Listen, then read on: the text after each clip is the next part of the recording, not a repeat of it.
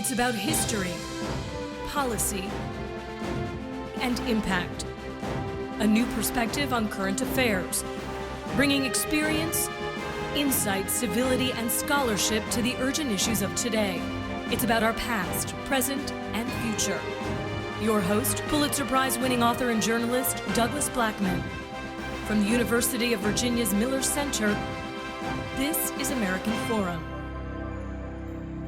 Welcome back to American Forum. I'm Doug Blackmon. 150 years ago, the foundations of this country fissured and a gruesome civil war plunged our nation into a period of massive self-inflicted death, devastation, and regional and racial animosity. Millions fought on both sides. Casualties were immense, claiming the lives of hundreds of thousands of men who were deeply divided over conflicting visions of the future of their country, and yet united in the belief that their side fought for the most true representation of what it meant to be an American. At the center of this terrible war were more than 4 million African Americans, mostly enslaved, a few hundred thousand free. The future for them, what it would mean to be black and American, was of course most crucially at stake. A victory of the Confederate rebellion would have assured the indefinite continuation of slavery. Union triumph promised emancipation from a system of involuntary servitude, limitless violence, and a massive system of human trafficking and rampant sexual exploitation of black women that had corrupted the American experiment for nearly 250 years. Fortunately, the good guys won. The Union was preserved. The slow, painful abolition of slavery and establishment of African Americans as full citizens began. Yet all this time later, we still struggle to agree on a national narrative explaining this, among the greatest horrors in American history. Hundreds of monuments to honor the Southern Rebellion erected throughout the South have become new open wounds. Plans to remove statues of Robert E. Lee and another Confederate general in Charlottesville, Virginia, where we broadcast this program, were at the center of a deadly alt-right neo-Nazi demonstration in August 2017. Proposals to remove or relocate Confederate monuments in other places are provoking ongoing struggles between supporters who say they simply represent a chapter of American history and critics who say they stand for white supremacy. How can a country as sophisticated as ours still be trapped in an argument so fundamentally primitive and tribal? Joining us to discuss these issues is Ed Ayers, one of the current generation's most influential and widely respected voices among American historians. His 1992 book, The Promise of the New South, is a cornerstone of American history and was a finalist for both the Pulitzer Prize and the National Book Award. He has authored many other books on the Civil War and Reconstruction eras, including In the Presence of Mine Enemies in 2003, which won the Bancroft Prize, and his newest work is The Thin Light of Freedom, The Civil War and Emancipation in the Heart of America. Ayers is President Emeritus of the University of Richmond, a host of the award-winning podcast Backstory, and recently launched a slick new website devoted to American history at bunkhistory.org. He was awarded the National Humanities Medal in 2013 by President Barack Obama, and now faces what might be the most complicated challenge of his career as a member of the commission established to advise the capital of the Confederacy, Richmond, Virginia, on what it should do with one of the largest inventories of Confederate monuments in the country. Thank you for being here. Thank you. Let's go back to this question right off the bat that we can never seem to resolve in America, and that is, what did cause the Civil War? Yeah, I wrote a little book called What Caused the Civil War, and the answer was, that's a really bad question, but we have to keep answering it. You know, I think one thing we have to acknowledge is that it's an unbalanced equation. The record shows that there is no doubt that the white South went to war to defend slavery, to defend the right to expand slavery wherever they wished. But that does not mean that the North went to war to end slavery, because it was impossible to end slavery, which was the most valuable economic anchor of the entire nation. 80% of all American exports created by slavery. Enslaved population worth more than all the railroads and banks of the factories of the North combined. And so no matter how much people wanted to end slavery, they actually went to war to sustain the United States that still had slavery within it. So what caused the Civil War? Basically, Americans talked themselves into a civil war. There was nothing immediately at stake except the future of the nation as people were imagining it. So, people want the answer to your question to fit on a bumper sticker. And when I've talked with people, often the answer has the word just in it. Well, Ed, it was just economics, or it was just slavery. Well, anytime you have the word just, it explains something that complicated, you're already wrong. It's this alchemy of things that were bringing on an event that no one wanted, and that had, fortunately, the great good benefit that you mentioned of bringing the largest and most powerful system of slavery in the modern world to an immediate and uncompensated end. Was it about tariffs in any fashion? No. When we were coming on the anniversary of secession, we digitized the 3,000 pages of debates that we had in Virginia to determine if the United States was going to keep the state that wrote all its founding documents or not. And so we can go in and analyze it. The tariff is mentioned 81 times, in 3,000 pages. Slavery is mentioned 1,432. And so, no. Yeah. What else you got? So it's not a tariff. Another thing that I was definitely taught as a little boy was that, and as a big boy, was that to whatever degree the war was about slavery, it was kind of irrelevant ultimately, because slavery was this dying institution, and Southerners realized that, and it would have faded out of its own volition within a relatively short period of time. Yep, that's widely believed. The fact is, slavery had never been stronger than it was in 1860. It was growing even more valuable. Enslaved people had never been worth more, a good signal from the market of what they think. Slavery was being adapted to an ever-widening array of purposes, and the enslaved population proved remarkably adaptable to the different kinds of economic development that was taking place. So the Southern economy had never been stronger. It's the fourth richest economy in the world by itself, and is playing an ever-increasing role in American economy. So there is no sign whatsoever that slavery would have died under its own weight. And I guess one indication of that you write about it in the book, which really is a story of the end of the Civil War, and then particularly with a focus of the very end, and then you do something that's very rarely done in a Civil War related work. That is that you go well beyond. You actually treat the end of the war and the period that comes right after it as a period, right, and sort of distinct from Reconstruction. But then you don't write a whole lot about it. But then you take your last period, it goes right up into the beginning of the 20th century, right. And so that ties things together in interesting ways. But in the detail of how the war really does come to an end, one of the things that you talk about there is the decision by General Grant to begin seizing enslaved people as contraband in a sense, and in language that we wouldn't like today, but because the recognition that they were so central to the ability of the South to continue to have any kind of an economy and to produce the food and the things it needed to continue the fight. Slaves were the engines of this economy, and then that became a very important dimension of sapping the energy of the rebellion. Yeah, the Union Army just needed to look at the example of enslaved people themselves. So Virginia has slavery for 250 years before the Civil War. So that much longer than we are from the event, right? And 3 weeks after Virginia does decide to secede, black men go to the United States Army down at Fortress Monroe and say, we're on your side. So after 250 years, literally the first moment that African American people have an ally, they cast their lot with that. That is when they are identified as contraband. Now, the Union generals try and figure out, what do I do with this? There's nothing in American law. The Confederates are saying, you're property. Okay, I'm taking you as property. We'll call you contraband. And so the enslaved people themselves had shown at every step that they were central to every aspect of this. And, I find that, you're talked in really excellent ways about the way that we're still wrestling with this unstable narrative.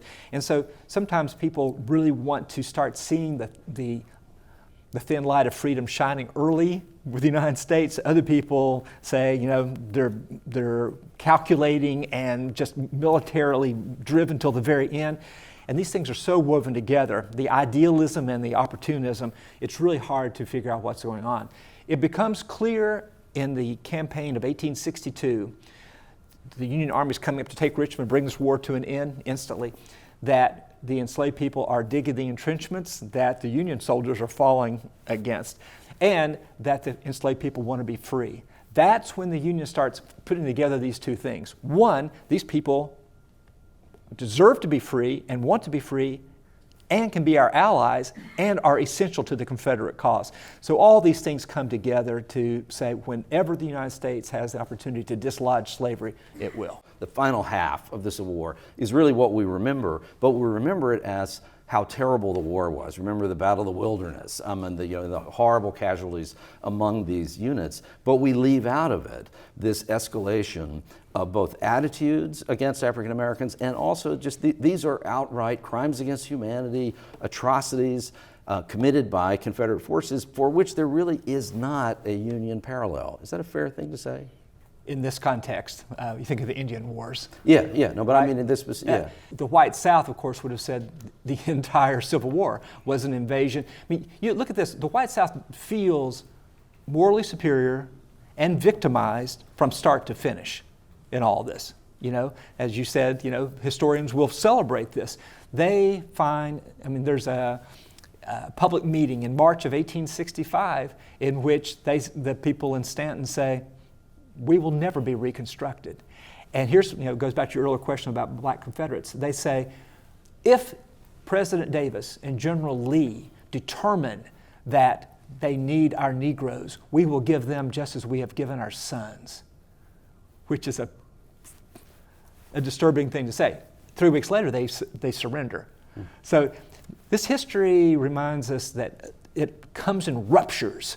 You know, sudden things that people say one thing that they cannot believe 2 weeks later that they said, and then you have to live with it.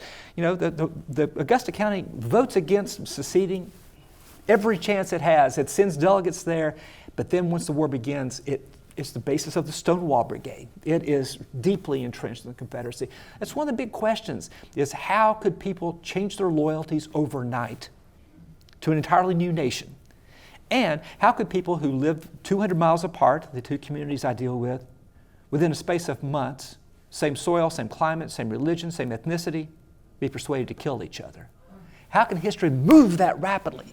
That's what this is really all about, is how fluid and dangerous, but full of possibility, history can be. It can be so much better than we imagined. Who could have imagined the end of slavery? Who could have imagined that Americans would have killed the equivalent today of the same proportion of the population of 8 million of each other?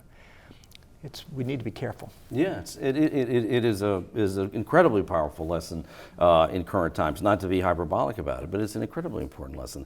And so, but also there's another thing you write about, and then I want to get to and I wish we could talk for a couple more hours. I'm not doing anything. But you also write about that once the war finally ends. And Lee does do one certain, indisputably a noble thing in that he doesn't go forth with a guerrilla war as being, you know, he can't really either, but he doesn't suggest that idea. He resists suggestions that he does. Exactly. So the South now is defeated, and in these first elections immediately after the war, white Southerners actually elect, as you described them, well-respected men who accepted that slavery was over. It was actually there was a sort of resignation to, and you see it all over the place in the writings of people at the time, that okay, actually we have lost and we got to accept this and we have to move forward. Now, but so talk about that for a minute, because it's very different from the way that the South behaves in a very short period of time after that. Yeah, there's two things. One, it gives you some idea that white Southerners, when they have a chance to elect the very people who've just been leading them in the Confederacy. Okay, so there's no sense of remorse or, hey, sorry, I can see why you would be mad that we tried to leave the country. It's like, these are the people that we respected before. We respect them even more now for being brave. We want to put them back in power. And the white North goes, what could you be thinking? That we're going to let you put back into Congress men who just rose up in rebellion against the United States? I'm like, yeah. That's what we have in mind. Because they're willing to say, I accept that slavery's over. They accept two things. One, we accept that we did not succeed at secession, and we accept that slavery is over. Slavery being over and freedom are different things. But yeah, they do accept that, and that's something historians have been arguing about ever since Reconstruction itself. Was there a moment, say before Abraham Lincoln had been assassinated, when there could have been a smoother path back into reunification and toward rights for black people? I don't see it. Also happening at that time is that I know this was the case outside of Atlanta. I assume it has to have been the case around Richmond and Petersburg. In the immediate aftermath of the war, every time it rains in Atlanta, there were bones and skulls appearing all over the battlefield from these hastily made graves at the end of the fighting, where Confederates had been buried by Union soldiers, by the way, not by Confederates. And so there is this problem immediately after the war of that people have not been properly buried, and treasure hunters are going out of the battlefield and digging people up to get their belt buckles. And so there's a need to properly and respectfully bury the dead. And that's where the first wave of the monument activity begins. But walk through that a little bit, and that phase, and then what that leads to. Yeah, we tend to forget that what it was like to have a battle fought in your backyard, and what it was like to have some 18-year-old boy thrown quickly under the dirt. And so in 1865, 1866, Southern white women take it upon themselves to gather these remains, which would be in ditches and put them together into a cemetery. And they would say, our son is in Georgia or Mississippi or Texas. We have all these people from all the other southern states who are here among us. We have a responsibility to them. And so in Stanton, they have the 2,500 people, which is probably more people than actually live there, march to the cemetery on one day. The children put flowers down. They sing hymns that alternate between Christian hymns and celebrations of Stonewall Jackson. So Lee's still alive, so you can't really celebrate him in the same way, but Stonewall Jackson from the Valley died now 2 years earlier. A great Christian man as they see it. They begin, and they're completely unabashed. There's nothing like, we're afraid the Yankees might be listening to us. We don't care. This is what we are going to do. And you think in Richmond, the most powerful single monument to the Confederacy, in my experience, is the pyramid of rough rocks dragged up from the James and piled in Hollywood Cemetery, surrounded by 18,000 anonymous graves. Okay? So Charlottesville was a giant hospital, Richmond's a giant hospital. And that's 1868. Well, this is long before you start having bronze men on horseback. So the memorials begin as memorials, and it's the Ladies' Memorial Society who do all these things. But the interesting thing is that the white Southern men really like this because it's a kind of quasi-political statement that we are proud and beloved our Confederate soldiers. We are celebrating them in death, but we're celebrating their cause as well.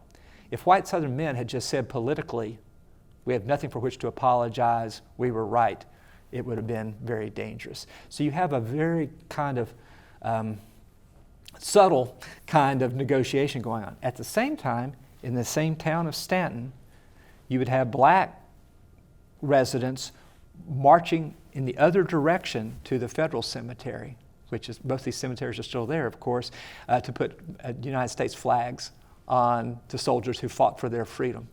At the same time, in the North, you're finding the same kind of memorial is now the Democrats and Republicans, hey, slapping each other back. Let's forget about all those harsh words. But they do debate over what kind of statue to put up in Chambersburg. The men say, hey, here's a good idea, a Union soldier handing a canteen to a Confederate soldier. Already starting to put things back together. And 20 years later, they finally raised enough money to put up a statue, and instead it's of a Union soldier facing to the south. About the same time that the South is doing this. So one thing we need to remember, all the controversy over statues, these are statues being put up all across the United States, trying to simplify that story. You know, in the recent controversy over the statues, people, well, why did they start going up 25 and 35 and 45 years after the war? One reason is that's when the men who did not die in the war were fading away. And you see who's putting up these statues as United Daughters of the Confederacy. And so they don't talk about slavery, but they are memorializing their ancestors or their fathers. And so I think that, as in everything about this war, it's better to embrace all the evidence and try to look at it clearly rather than trying to just leave out parts of it.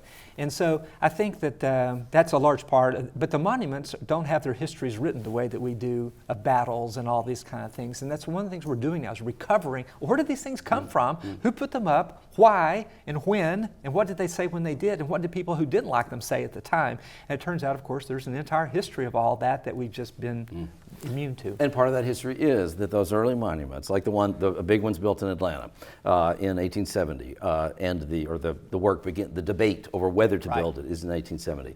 And one of the interesting things that happens there is that the original plan is to build a big, giant, fancy monument. There's an argument over whether it should be for just those who died at the Battle of Atlanta or for all deaths of the Confederacy. But finally, a committee of women is put together related to the Memorial Association. They pick a location at the dead center of the commercial center of the city. The city gives them property to do this on, and then in the midst of all that, to build this elaborate, message-filled monument, a prominent Confederate, not a person important beyond Atlanta, but a prominent Confederate figure, writes a letter to the editor that says, "This is a mistake." And it's actually immediately after Lee has died, and of course Lee has written in a couple of places that monuments are a bad idea. He's talking about all monuments, not just Confederate monuments. But this Confederate in Atlanta writes this letter to the editor that says no, this would be a mistake. We can't be reminded of the war every day. We can't continue to hold these grievances. Let them in the North be the ones who won't forget. And finally, he says, if we're going to do this, we should put our monument where the dead lie, in the cemetery. And so Atlanta then builds a monument that's similar to most of the ones in that period of time. It's big, but it has only 2 words on it, or 3 words on it, "Our Confederate Heroes." That's all it says, which is not unlike in Germany. In memorials built after World War II, the common pattern in Germany are simple memorials that simply say, "Unsere Helden," our heroes. They don't say, "Who fought in defense of the greatest society, Nazi Germany, in the history of man." They in no way lionize the cause of the war. And it's striking to me that the change you just described is when they go from memorializing the dead to including a memorialization and a celebration, really, of the causes of the war. And when you put that up against what we've just been talking about, I think that's when that gets really complicated. Yeah, it is really complicated, and I think that you think about, Secretary Kelly's comments that Lee was a good man, right? And so what the statues do are looking at the Confederate generals as individuals. And that's not an accident. They would have said these were great Christian men who were pure motives and all this. But what we don't have any monuments to are the 4 million people in slavery or the 800,000 people who died in the war. There are not many places where you feel the weight of our Civil War as we should. And there's almost no place where you see the weight of slavery as we should. So when I go off in these conversations, I tell people, I'm not going to have a position, but whatever you say, I will argue with. Right? Because I've heard the people on the other side who are speaking with goodwill and certainty that what they're seeing is right. And so for people to hear that there's another way of looking at this is often a surprise to them.